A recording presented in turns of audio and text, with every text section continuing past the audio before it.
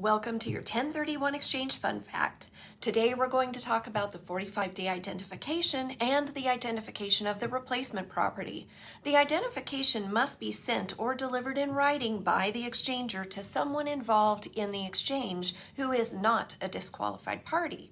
For an identification to be valid, it must be received by a qualified party by midnight on the 45th day.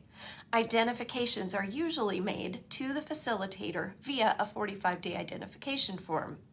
There are 3 identification rules which are all independent of one another. The first is the taxpayer may identify up to 3 properties of any value.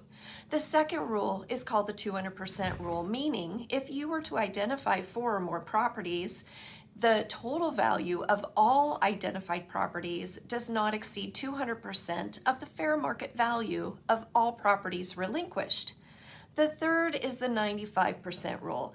If more than 3 properties are identified and the total value of identified properties exceeds 200% of the relinquished property's value, 95% of the aggregate value of all properties identified must be acquired. Remember that each rule works independently of one another, therefore only one of the rules must be satisfied.